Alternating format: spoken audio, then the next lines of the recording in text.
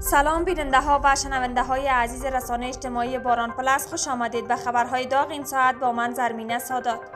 ملا عبدالغنی برادر معاون اقتصادی رئیس وزیران امروز پروژه قیرریزی جاده ارغنده تا بازار دورانی شاهراه کابل قندهار را افتتاح کرد.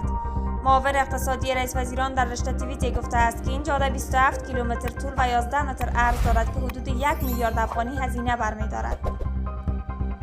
ملا خیرالله خیرخواه سرپرست وزارت اطلاعات و فرهنگ با عبیدالرحمن نظامانی سفیر پاکستان در افغانستان دیدار کرده است. خبرگزاری دولتی باختر میگوید که در این دیدار دو طرف در مورد گسترش روابط میان دو کشور بحث و گفتگو کردند.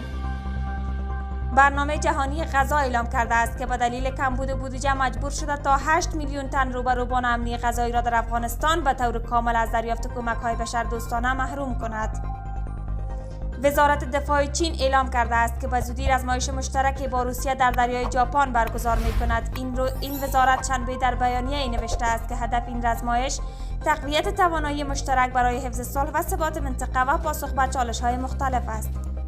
این بود خبرهای این ساعت که تقدیم شما کردیم. تا خبرهای بعدی، خدا نگهدار.